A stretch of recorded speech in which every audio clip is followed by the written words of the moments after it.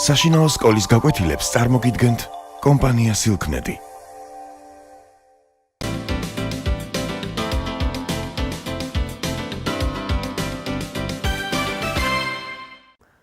მოგესალმებით. გერმანიის გაერთიანება არის ჩვენი დღევანდელი გაკვეთილის თემა. თუმცა ეს მე-20 საუკუნის გერმანია არ გეკონოთ. ჩვენ დროებით ისევ მე-19 საუკუნეში ვრჩებით. ნაპოლეონის დამარცხების და საფრანგეთის იმპერიის დაშლის შემდეგ, მიუხედავად იმისა, რომ 1815 წელს ვენის კონგრესმა 38-ვე გერმანული სახელმწიფო საერთო გერმანიის კავშირში გაერთიანა, რეალურად ეს სახელმწიფოები მაინც დამოუკიდებელნი იყვნენ. მათ შეინარჩუნეს თავიანთი ხელისუფლება, დიპლომატიური წარმომადგენლობა და ჯარიც. იმ დროისათვის გერმანიის ეკონომიკური თუ პოლიტიკური დაგსაქსულობა დიდად აფერხებდა ქვეყნის შემდგომ სამეურნეო განვითარებას.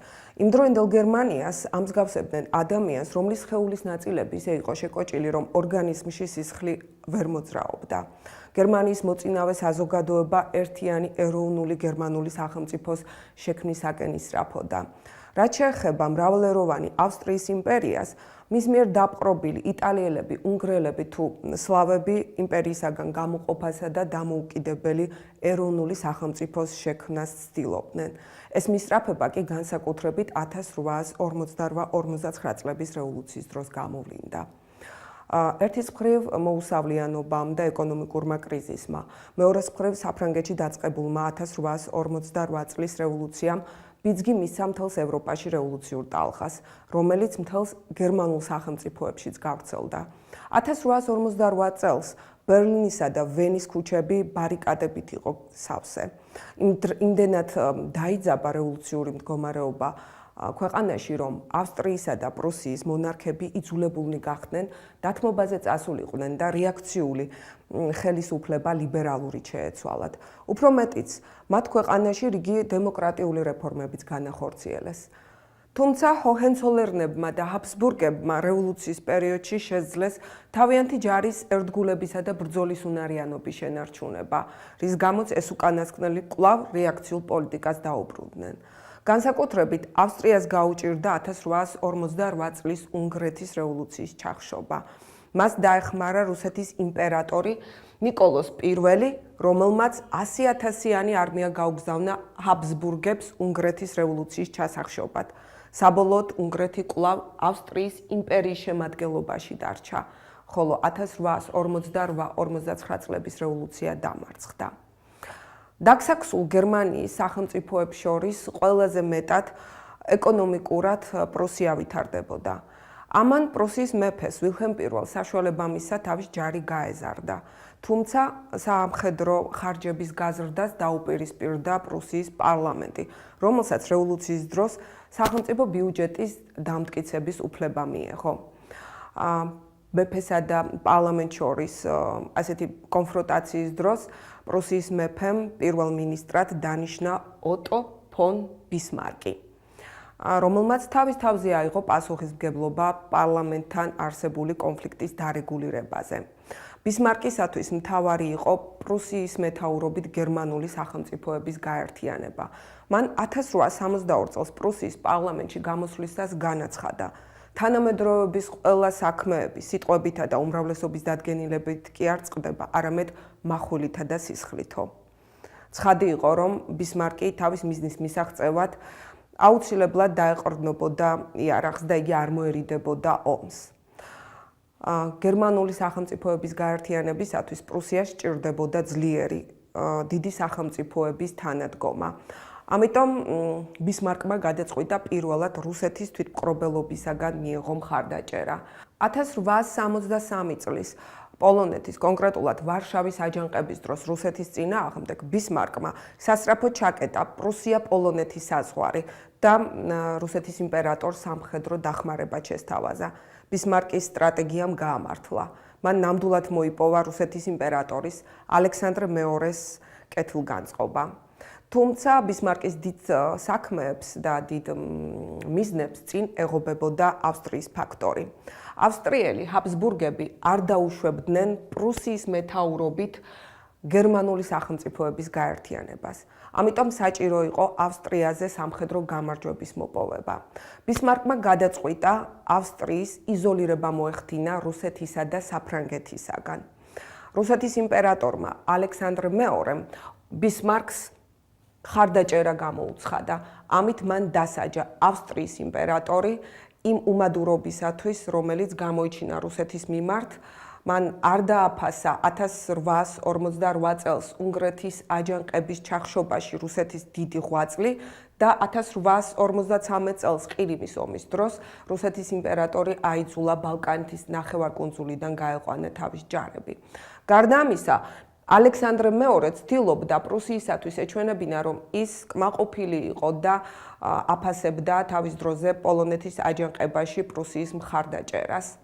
ასე რომ პრუსია მიიღო რუსეთისაგან პირობა სრული ნეიტრალიტეტის პრუსია-ავსტრიის მოსალოდნელ ომში. რაც შეეხება საფრანგეთს, საფრანგეთის იმპერატორმა ნაპოლეონ მესამემაც გამოუცხადა მხარდაჭერა პრუსიას ავსტრიის წინააღმდეგ ომში. ნაპოლეონ მესამე იმედოვნებდა, რომ ავსტრია-პრუსიის ომი გახანგრძლივდებოდა, რაც გამოიწვევდა მეომარი მხარეების დასუსტებას, ხოლო საფრანგეთი ამით ისარგებლებდა და დაიკავებდა ბელგიას, დაიკავებდა ლუქსემბურგს და რაინისპირა გერმანული სახელმწიფოების ტერიტორიებსაც. რაც შეეხება იტალიას ბისმარკმა დაპირდა ავსტრიის მიერ მიტაცებული ვენეციის ოლქი, რითაც იტალიელთა მხარდაჭერაც დაიმსახურა. ხოლო გერმანული სახელმწიფოები კი აბსოლუტურად ყველა ერთსულოვნად გამოვიდა ავსტრიის მხარეს, რომელთაც არ სურდათ პრუსიის გავლენის ქვეშ მოქცევა. 1866 წელს დაიწყო ავსტრია-პრუსიის ომი. ამ ომის სწრაფად დამთავრებას ცდილობდა ბისმარკი. ბრძოლის ომის ბედი გადაწყვიტა 1866 წელს სადოვასთან გამართულმა ბრძოლამ, სადაც პრუსიელებმა ბრწყინვალე გამარჯვება მოიპოვეს ავსტრიელთა ჯარზე. ამ გამარჯვების შემდეგ ბისმარკი სასწრაფოდ შეუდგა საფრანგეთის წინააღმდეგ ომისათვის მზადებას. ამიტომ ავსტრიასთან შედარებით შეღავათიანი ზავი დადო. ავსტრია იტალიის სასარგებლოდ თმობდა ვენეციის ოლქს, გამოდიოდა გერმანული სახელმწიფოების კავშირიდან და მცირე კონტრიბუციას უხდიდა პრუსიას. ერთის მხრივ 1859 წელს საფრანგეთთან და სარდინიასთან, მეორეს მხრივ 1866 წელს პრუსიასთან მარცხისაგან დასუსტებული ავსტრია და მისი იმპერატორი ფრანც იოსები იძულებული გახდა შეგუებოდა ქვეყანაში დუალისტურ მონარქიის არსებობას. უფრო კონკრეტულად, ავსტრიის იმპერიის შემადგენლობაში შეიქმნა უნგრეთის სახელმწიფო. ასე რომ ჰაბსბურგები ერთდროულად ავსტრიისა და უნგრეთის მონარქები გამოდიოდნენ. და 1868 წლების ამ რეფორმის შემდეგ ჰაბსბურგთა მონარქიას ეწოდა ავსტრია-უნგრეთი. ავსტრია-უნგრეთის იმპერიის შემადგენლობაში მყოფი 48 მილიონი ადამიანიდან 12 მილიონი ავსტრიელი გერმანელი იყო, 10 მილიონი უნგრელი, რომელთა მდგომარეობაც აღნიშნული რეფორმის შემდეგ საგრძნობლად გაუმჯობესდა. რაც შეეხება 25 მილიონ სლავს, მათი მდგომარეობა კვლავ კოლონიური რჩებოდა. ბისმარკმა მდინარე რაინის ჩრდილოეთით მყოფი გერმანული სახელმწიფოების ნაწილი პრუსია შეუერთა, ხოლო ნაწილი სახელმწიფოებისაგან კი ჩრდილოეთ გერმანიის კავშირი შექმნა. მიუხედავად იმისა, რომ საფრანგეთი ავსტრია-პრუსიის ომის დროს პრუსიას უჭერდა მხარს, ნაპოლეონ მესამე კატეგორიულად ეწინააღმდეგებოდა პრუსიის ხელმძღვანელობით გერმანიის გაერთიანებას. ნაპოლეონ მესამესა და ბისმარკს შორის დადებული იყო შეთანხმება, რომ პრუსია არ დაუშვებდა ჩრდილოეთ გერმანიის კავშირში სამხრეთ გერმანული სახელმწიფოების გაერთიანებას. თუმცა პრუსია არ ღვევდა შეთანხმებას და ბისმარკი საიდუმლოდ ყველა სამხრეთ გერმანულ სახელმწიფოსთან სამხედრო კავშირს ამყარებდა. ხოლო რაც შეეხება ჩრდილოეთ გერმანიის სახელმწიფოთა კავშირს, მისი ხელმძღვანელობა თავად ოტო ფონ ბისმარკმა იკისრა. ასე რომ ბისმარკი ცდილობდა დროის მოგებას, რათა კარგად მომზადებულიყო საფრანგეთთან მომავალი ომისათვის. ბისმარკი იმედოვნებდა, რომ საფრანგეთზე გამარჯვების შემდეგ იგი დაასრულებდა გერმანული სახელმწიფოების გაერთიანებას და ხელთ ჩაიგდებდა საფრანგეთის ტერიტორიებსაც. თავის მხრივ ნაპოლეონ მესამეც იმედოვნებდა, რომ ადულად დაამარცხებდა პრუსიას და მისი დამარცხების შედეგად დაშლიდა ჩრდილოეთ გერმანიის კავშირს, შეერთებდა ბელგიას და რაინისპირა გერმანული სახელმწიფოების ტერიტორიებს. უნდა გავითვალისწინოთ ისიც, რომ მე-19 საუკუნის 60-იანი წლებისათვის საერთაშორისო პოლიტიკური ვითარება საფრანგეთისათვის საკმაოდ არასახარბიელო იყო. ინგლისი მხარს უჭერდა პრუსიას, ვინაიდან დიდი ბრიტანეთისთვის პრუსია წარმოადგენდა მისი ისტორიული მეტოქის საფრანგეთის გამანეიტრალებელ სახელმწიფოდ. რუსეთის იმპერატორი ალექსანდრეც დაინტერესებული იყო პრუსია-საფრანგეთის მოსალოდნელ ომში საფრანგეთის დამარცხებით, ვინაიდან იგი იმედოვნებდა, რომ ამ ომის შემდეგ და საფრანგეთის დამარცხების შემდეგ გაუქმდებოდა 1856 წლის საზავო ხელშეკრულება, რომელიც ითვალისწინებდა, რომ რუსეთს არ უნდა ყოლოდა შავ ზღვაში სამხედრო ფლოტი. ამდენად ასეთ პოლიტიკური ვითარების დროს საფრანგეთის იმპერატორი ზომაზე მეტად ოპტიმისტურად იყო განწყობილი.